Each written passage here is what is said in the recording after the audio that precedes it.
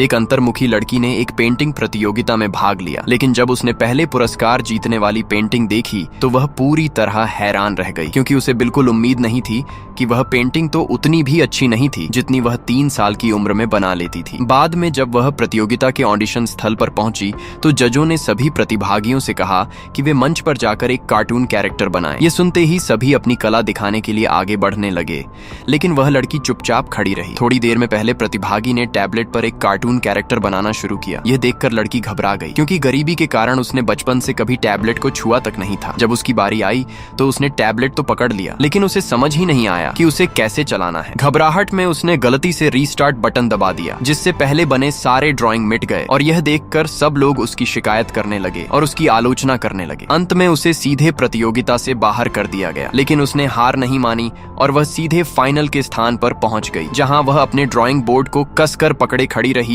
और छोड़ने को तैयार नहीं थी। उसकी इस जिद और लगन को देखकर जज प्रभावित हुए और उन्होंने उसे एक आखिरी मौका देने का फैसला किया। लेकिन जब लड़की मंच पर गई तो वह ड्राइंग पेपर को देखकर हिचकिचाने लगी। यह देखकर लोग उस पर हंसने लगे। सबकी नजरों के बीच वह इतनी घबरा गई कि वह कुछ भी नहीं बना पा रही थी और गलती से पेपर में एक छेद भी कर बैठी, जिससे जज बहुत निराश हो गए। उसी समय लड़की ने उस छेद वाले कागज को खाली नजरों से देखा और ठान लिया कि अब वह किसी को खुद को कमतर नहीं समझने देगी। उसने नया ड्राइंग पेपर लिया और अपनी पूरी ताकत से चित्र बनाना शुरू किया। जैसे ही उसने अपनी ड्राइंग पूरी की, वहां मौजूद सभी लोग उसकी कला देखकर हैरान रह गए और कुछ ही समय में उसकी बनाई हुई पेंटिंग को हर जगह से सराहना मिलने लगी।